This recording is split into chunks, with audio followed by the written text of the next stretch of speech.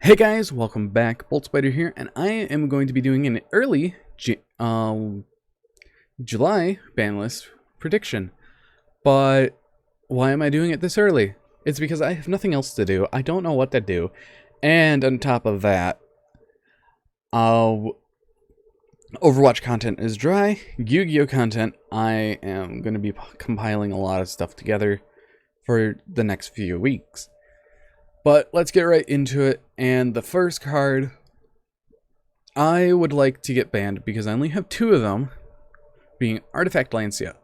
Now, back in 2019, I was fine with Artifact Lancia because we had the counters to it. We had more counters to it than we have now. And what do I mean by that? Call by the Grave was at 3 in 2019. And I used to play Orchest, and I would never have an issue with Artifact Lancia.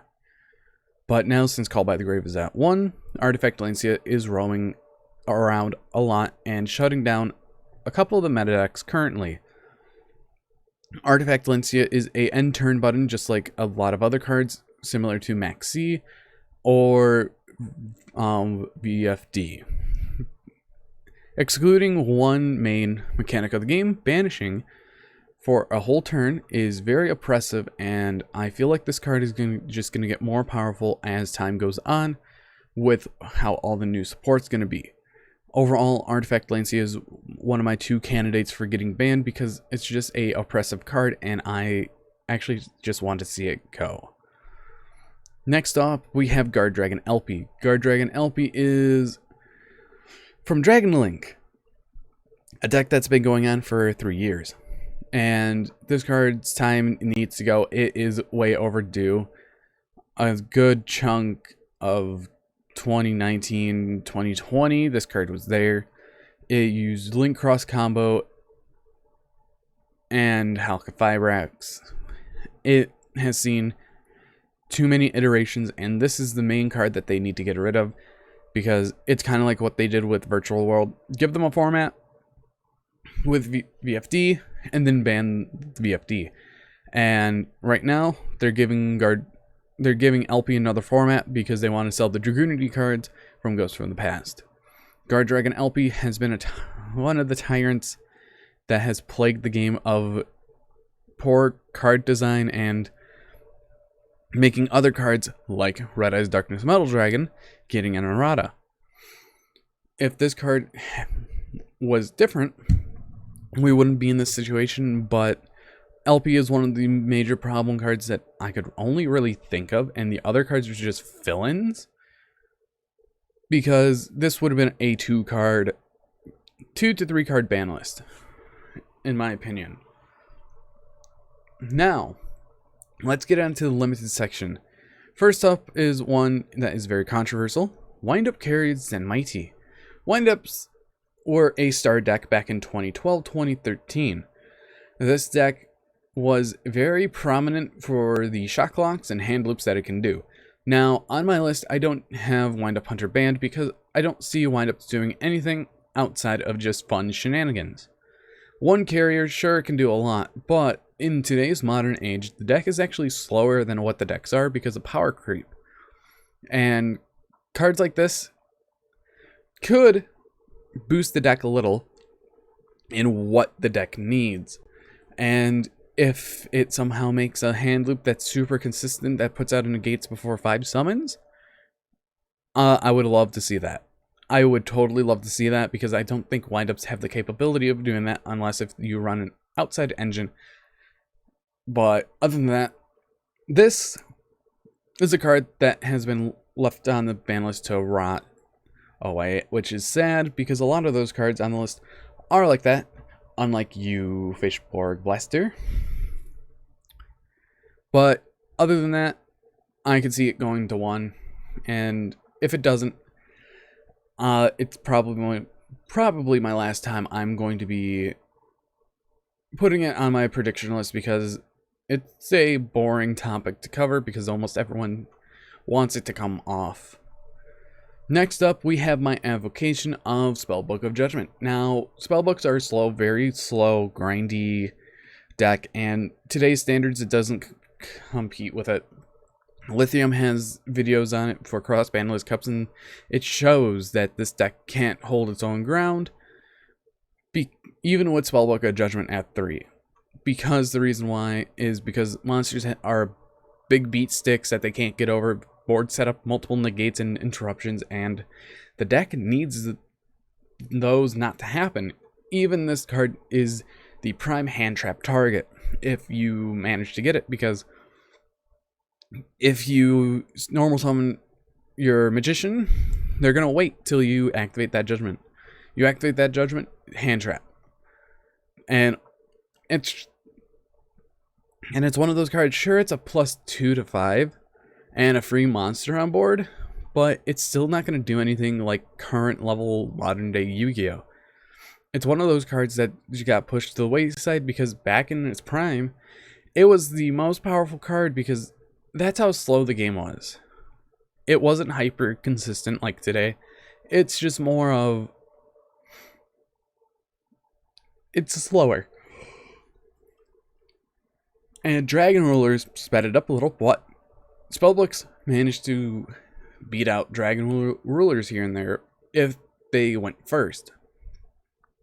But after that, we have the one card I would love to see limited.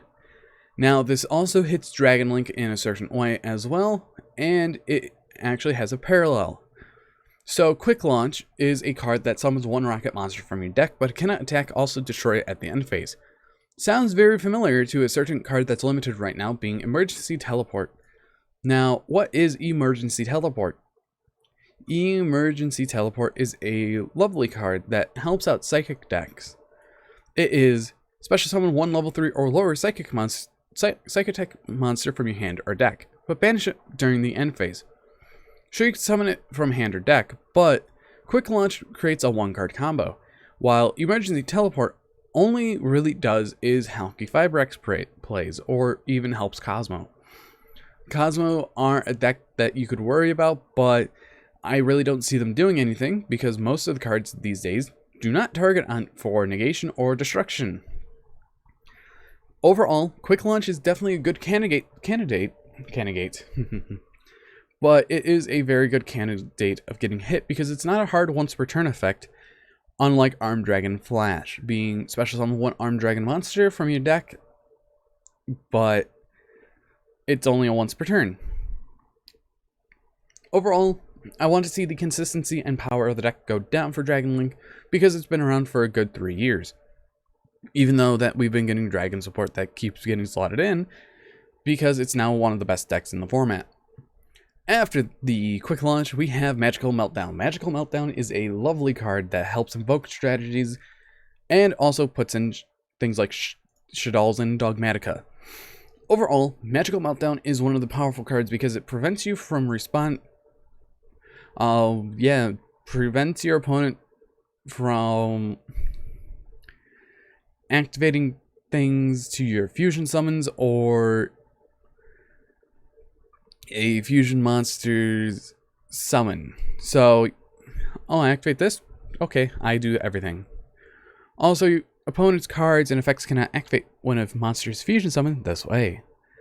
So, it prevents you from doing anything, and hitting Magical Meltdown to 1 is the card that's kind of like terraforming, where, oh, you already played 4 of the card? Might as well put it down to 2. And that would fix a lot of issues in Ruling Nightmares, because we've seen Ruling Nightmares in the past. Next up are the cards that go hand in hand. We have Cursed Eldland and Elixir of Scarlet Sanguine.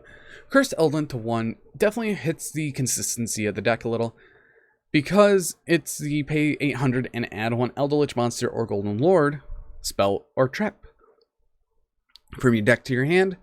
And if it's sent to the graveyard, you can send 1 Eldritch monster or spell trap to the graveyard.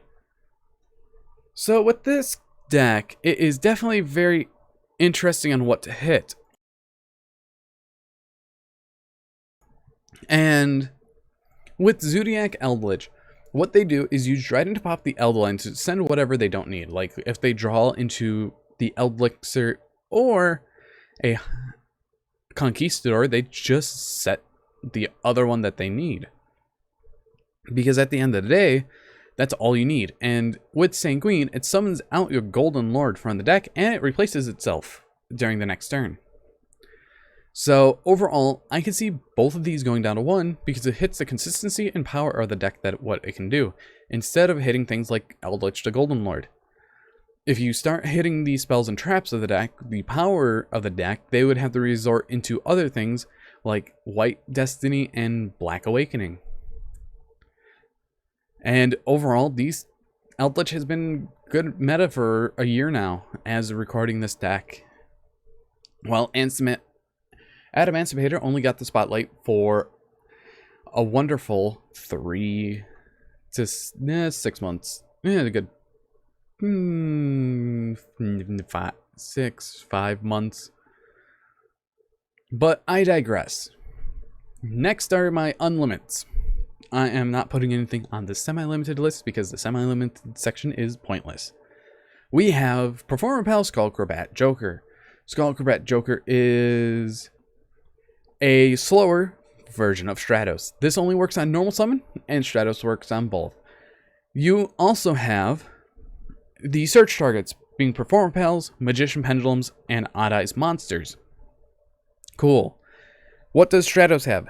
Elemental Hero, Destiny Hero, Vision Hero, and just heroes in general. Like, you have all the Elemental Heroes, all the Destiny Heroes. You have Evil Heroes as well, and the Vision Heroes. Like, there's so many heroes that it could search, and the heroes still don't do anything. So giving back Pendulum's Skullcrobat Joker to 3, it will not do anything, even if Electromite and Astrograph Sorcerer are banned, along with Monkey Board and Plushfire 2. Sure, you have Gaturtle and Lizard Draw, but Skullcrobat Joker can go to 3. It is a card that's currently at 2 in the OCG, and it's most likely going to go to 3 because it's not good as it used to be. We're not in 2016 Pepe format. We're not in 2015 Pendulum Magician. They hate the mechanic, and just give them something back. That's all I have to say. Now, the next card is a collateral damage, because we have the new Despia archetype coming out, along with the new Abyss archetype coming out in a month of this recording. I would like to see Dark Grepher go to 3. Despia are a Dark Fairy deck, and they kind of need all the help that they can get. I would rather choose Dark Grepher to go to 3 because you need to pay a cost of a higher level monster to summon it from your hand, on top of discarding another Dark to send a Dark. So most likely you are using 2 Darks to use this card fully. And the collateral of this is putting Destiny Hero Malicious down to 1, being a useless one-of card in Heroes. As just the name, and hope you don't draw it. So, with Malicious, it has been on the semi-limited section for so long, and people just say limit it and just be done with him. Or put him to 3 and see what happens. But I would rather see him limited because no matter how hard they try, it is always a problem at 3. At 2, it's subsidized for a little because there's better decks, and at 1, it's not going to do a thing. So the balanced zone is 2, but I would rather see this go down to 1 if they release Dark Grepher off the list. After that, we have Draco Faceoff. Draco Faceoff is another Pendulum card that does really nothing, because you reveal a Draco Slayer and a Draco Overlord. Who runs those in 2021? No one. And then you place one in the Pendulum Scale or special summon it to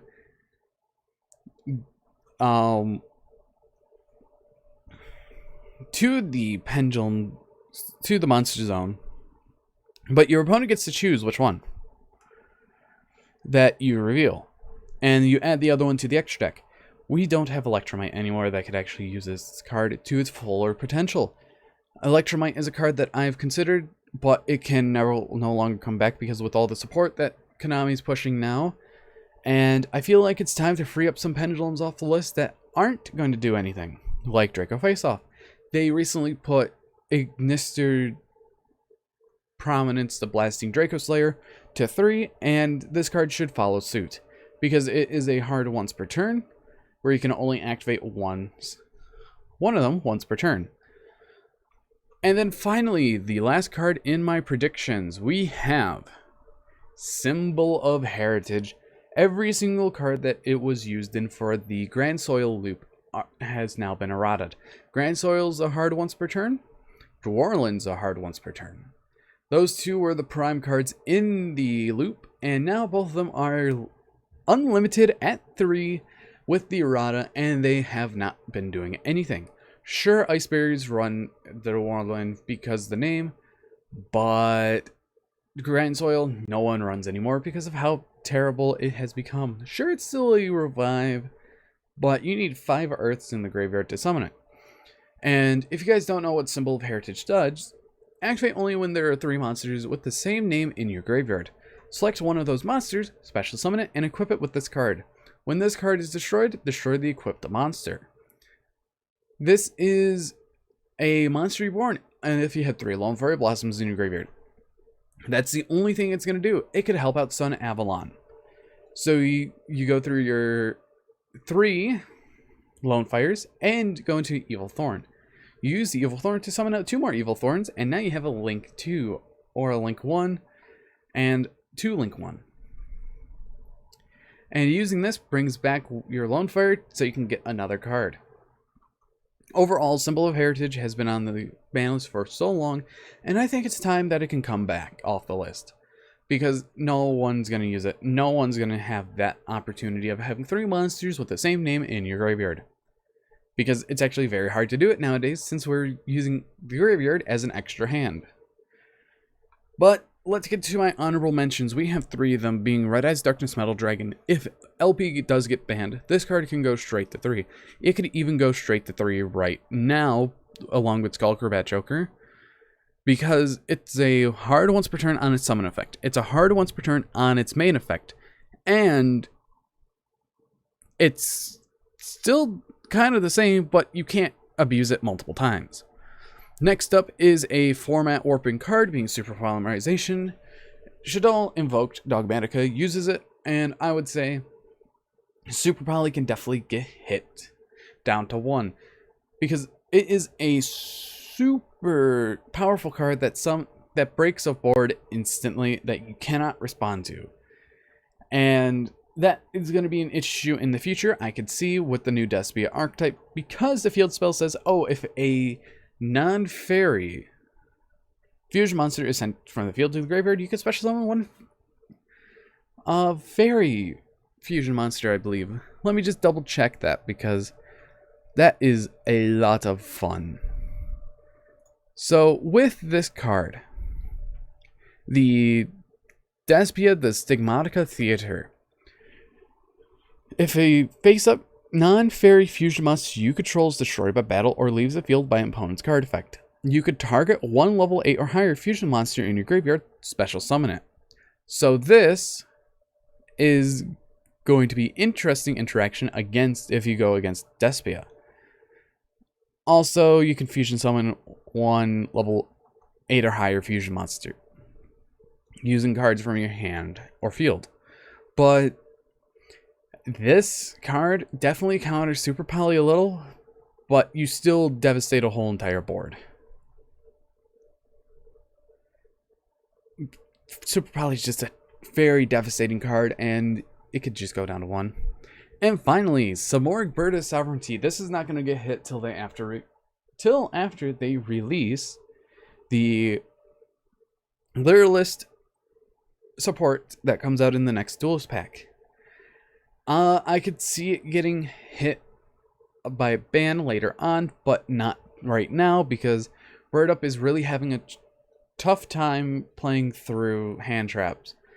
Nibiru, you play into it. Lancia, it ends your turn.